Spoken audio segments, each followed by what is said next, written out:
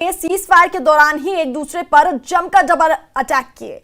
दावा किया जा रहा है कि ट्रंप के लाख मना करने के बावजूद ईरान ने इजराइल पर हमले किए, जिसके बाद जंग दोबारा भड़क गई। लेकिन हैरानी की बात तो यह है कि ट्रंप ईरान की बजाय इजराइल से नाराज हैं कि उसने तेहरान पर हमले क्यों किए।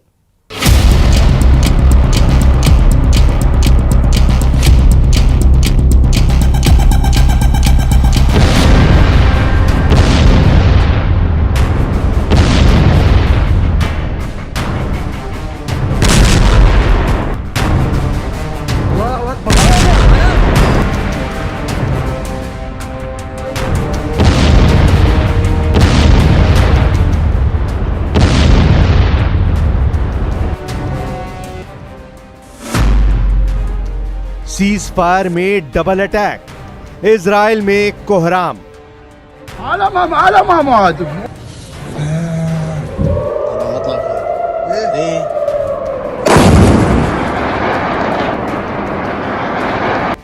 शायद इससे ज्यादा अमेरिका के राष्ट्रपति डोनाल्ड ट्रंप के लिए शर्मनाक क्या होगा कि ट्रंप इजराइल और ईरान के बीच सीज फायर का दावा कर रहे हैं और ईरान और इजराइल सीज फायर की धज्जियां उड़ाते हुए एक दूसरे पर भयंकर हमले कर रहे हैं। इससे ज्यादा ट्रंप के लिए क्या शर्मनाक होगा कि ईरान ने ट्रंप से सीज फायर पर हां बोलने के बाद इजराइल पर मिसाइल से हमला किया।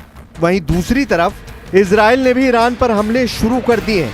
12 दिनों से लगातार इजराइल और ईरान एक दूसरे पर खूनी हमले कर रहे हैं। लेकिन जिस तरह से ईरान ने अपने दम पर इजराइल पर लगभग 2000 किलोमीटर दूर से मिसाइल हमले किए, उसने इजराइल और अमेरिका को भी चौंका दिया है। बेशक इजराइल और ईरान की तरफ से सीज फायर के दावे किए जाएं, लेकिन जिस तरह से सीज फायर के तुरंत बाद इजराइल के बियरशेवा पर इजराइल मिसाइलों ने हमले किए हैं, उसने पूरे इजराइल में कोहराम मचा दिया है। 23 और 24 जून की रात को जिस तरह से कतर में मौजूद अमेरिकी एयरबेस पर ईरान ने 6 मिसाइलें दागी, वो भी ईरान की तरफ से एक तरह की चेतावनी थी कि ईरान अमेरिका के हर अड्डे पर हमला करने की कुव्वत रखता है। कुल मिलाकर ईरान और इजराइल दोनों ही जीत के दावे कर रहे हैं, लेकिन सीज फायर के ऐलान के बाद भी ईरान और इजराइल के एक दूसरे पर हमले बेहद तेज हो गए और ईरान का डबल अटैक इजराइल पर बहुत भारी पड़ रहा है। लेकिन जिस तरह से सीज फायर के तुरंत बाद इजराइल के बेगलशेवा पर ईरानी मिसाइलों ने हमले किए हैं, उसने पूरे इजराइल में कोहराम मचा दिया है। बेगलशेवा में मौत का तांडव, नेतन्याहू का खूनी बदला। 13 जून को इजराइल ने ईरान के ऊपर ऑपरेशन राइजिंग लाइन के तहत भीषण हवाई हमले किए।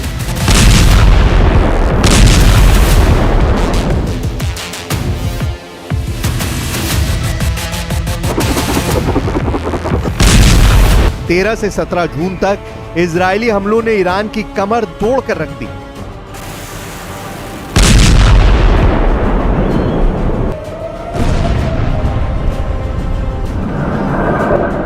लेकिन 17 जून से 24 जून के बीच ईरान ने इजराइल के एयर डिफेंस को चकमा देते हुए इतनी भयंकर तबाही मचाई कि अमेरिका को भी जंग में कूदना पड़ा।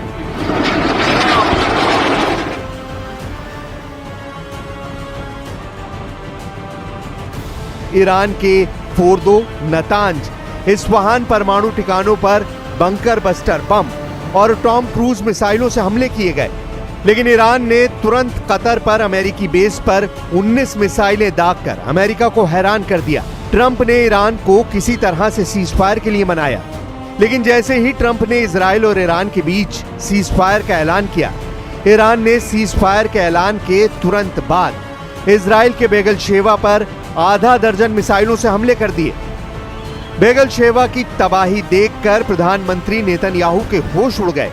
तबाह गगनचुंबी इमारतें और बिखरा मलबा साबित कर रहा है कि ईरान अभी भी इजराइल से हिसाब किताब बराबर करने में जुटा है।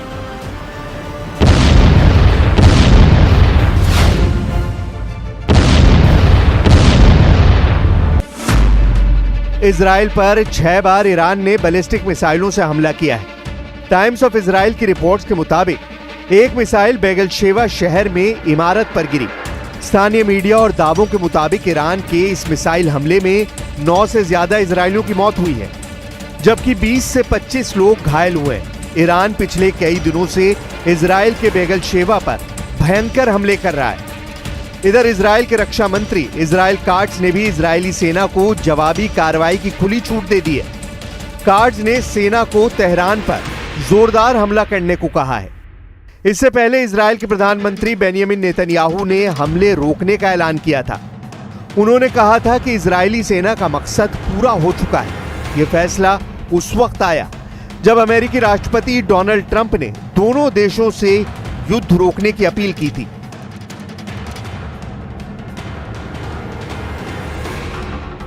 They violated it, but Israel violated it too. Israel, as soon as we made the deal, they came out and they dropped a load of bombs, the likes of which I'd never seen before. The biggest load that we've seen. ये जो बीर शिवा इलाका है, यहाँ पे जोरदार missile धमाके हुए और मिसाइल की वजह से बहुत ज़्यादा तबाही हुई है। मैं दिखाने की कोशिश करूँगा आपको। टेल अवीव हो, हाइफा हो या बाकी कुछ एरियाज़ हों, ईरान के मिसाइल्स ने इन एरियाज़ को दहलाया। और आज जब डोनाल्ड ट्रंप की तरफ से स्टेटमेंट आया, उसके फ़ौरन बाद जो है ईरान की तरफ से मिसाइल स्ट्राइक्स की गई और उसमें अभी तक 4 लोग जो हैं वो उनके मारे जाने की यहाँ पे कंफर्मेशन मिली है। ट्रंप की इजराइल को चेतावनी, ईरान पर बम मत गिराओ। जिस इजराइल के कहने पर अमेरिका ने 7 B-2 बम वर्षकों से 30 टॉम क्रूज मिसाइलों से ईरान के 3 परमाणु ठिकानों नतांज, इस्फहान और फोर्दो पर हमले किए, उस इजराइल ने अब अमेरिका से सीज फायर का वादा करके उसे तोड़ दिया है और ईरान पर हमले शुरू कर दिए हैं। राष्ट्रपति ट्रंप इजराइल की नेतन्याहू सरकार से बेहद नाराज बताए जा रहे हैं। हेग में नेटो शिखर सम्मेलन के लिए रवाना होने से पहले व्हाइट हाउस में पत्रकारों से बातचीत में अमेरिकी राष्ट्रपति ट्रंप ने ईरान और इजराइल के रुख की आलोचना की और लगातार हो रहे हमलों पर निराशा व्यक्त की है। ट्रंप इजराइल से बेहद नाराज बताए जा रहे हैं। अमेरिकी राष्ट्रपति डोनाल्ड ट्रंप ने कहा, मैं सीज फायर उल्लंघन से खुश नहीं हूं। इजराइल, ईरान पर बमों को मत गिराओ। अगर तुम ऐसा करते हो तो ये एक बड़ा उल्लंघन है। अपने पायलटों को तुरंत घर ले आओ। ट्रंप ने आगे कहा कि मुझे लगता है कि एक रॉकेट समुद्र में फेंका गया था और वो अपने लक्ष्य से चूक गया जो इजराइल पर गिरा है। I'm not happy with Israel. You know, when I say, okay, now you have 12 hours, you don't go out in the first hour and just drop everything you have on them. So I'm not happy with them. I'm not happy with Iran either. But I'm really unhappy if Israel's going out this morning because of one rocket that didn't land, that was shot, perhaps by mistake, that didn't land. I'm not happy about that. Iran को मिलेगा atom bomb, रूस के पूर्व राष्ट्रपति का दावा। इधर दूसरी तरफ रूस और ईरान मिलकर कुछ बड़ा करने वाले हैं। ईरान पर इजरायली हमलों के दौरान ईरान के पूर्व राष्ट्रपति ने ऐसा बयान दिया है जिसने अमेरिका और इजराइल दोनों के होश उड़ा दिए हैं। जंग में आए इस नए घटनाक्रम में अमेरिका और इजराइल पर गहरा संकट आने जा रहा है। अब आप ये जान लीजिए, रूस ने ईरान को एटम बम देने को लेकर ऐसा क्या बयान दे दिया है जिसने दुनिया के होश उड़ा दिए हैं।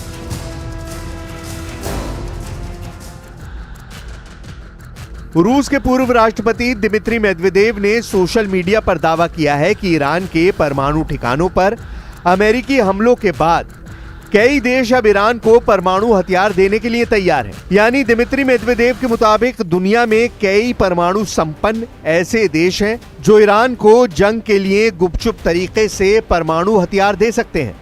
एक्स पर एक पोस्ट में मेदवेदेव ने सुझाव दिया कि इस्फहान, नतांज और फोर्डो में 3 साइटों पर संयुक्त राज्य अमेरिका के हमलों का उल्टा असर हुआ है और अमेरिकी राष्ट्रपति डोनाल्ड ट्रंप ने जो हासिल करने का लक्ष्य रखा था उसके विपरीत परिणाम सामने आए हैं। मेदवेदेव के मुताबिक परमाणु सामग्री का संवर्धन, और अब हम इसे स्पष्ट रूप से कह सकते हैं, परमाणु हथियारों का भविष्य का उत्पादन जारी रहेगा। दिमित्री मेदवेदेव ने जिस तरह से ईरान को परमाणु बम देने को लेकर बयान दिया है, उसने अमेरिका और इजराइल को हिलाकर रख दिया है।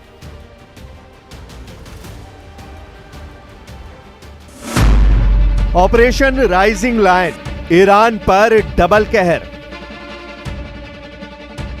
12 दिन से चल रही जंग में बेशक ईरान हारता नजर आए, लेकिन इजराइल पर कई मायनों में भारी पड़ रहा है। इजराइल ने ईरान को तबाह और बर्बाद करने में कोई कसर नहीं छोड़ी है। खासतौर से इजराइल की खुफिया एजेंसी मोसाद ने ईरान के जिन टॉप कमांडर और जनरलों को मारा है उसने दुनिया के होश उड़ा दिए। दावों के मुताबिक एक रिकॉर्डिंग में एक इजरायली खुफिया अधिकारी को एक वरिष्ठ ईरानी जनरल से बात करते हुए सुना गया। इसमें वो कह रहा है कि मैं आपको अभी सलाह दे सकता हूं। आपके पास अपनी पत्नी और बच्चों के साथ भागने के लिए 12 घंटे हैं, वरना आप अभी हमारी सूची में हैं। हम आपकी गर्दन की नस से भी ज्यादा आपके करीब हैं। इसे अपने दिमाग में रख लें। आगे भगवान आपकी रक्षा करे। इजराइल की सुरक्षा सेवा के लिए काम करने वाले फारसी भाषा के विशेषज्ञों से ईरानी अधिकारियों को फोन करवाया गया था। उनसे कहा जा रहा था कि अगर वो आयतुल्ला अली खामनेई को समर्थन देना बंद नहीं करेंगे तो उन्हें भी निशाना बनाया जाएगा। अनुमान है कि इस तरह से करीब 20 अधिकारियों को निशाना बनाया गया था। ईरान के खिलाफ इजराइल ने ऑपरेशन राइजिंग लायन के साथ ही एक और खुफिया अभियान शुरू कर दिया था। इसके तहत इजरायली खुफिया एजेंसी ने ईरान के कुछ वरिष्ठ अधिकारियों को फोन करके धमकाने का अभियान शुरू किया था। यरूशलेम पोस्ट ने अपनी एक रिपोर्ट में वॉशिंगटन पोस्ट का हवाला देते हुए बताया है कि इस खुफिया ऑपरेशन से जुड़े 3 लोगों और एक रिकॉर्डिंग के जरिए ऐसी जानकारी मिली। ईरानी सैन्य अधिकारियों को धमकी भरे कॉल के पीछे उद्देश्य ईरानी शासन को अस्थिर करना था।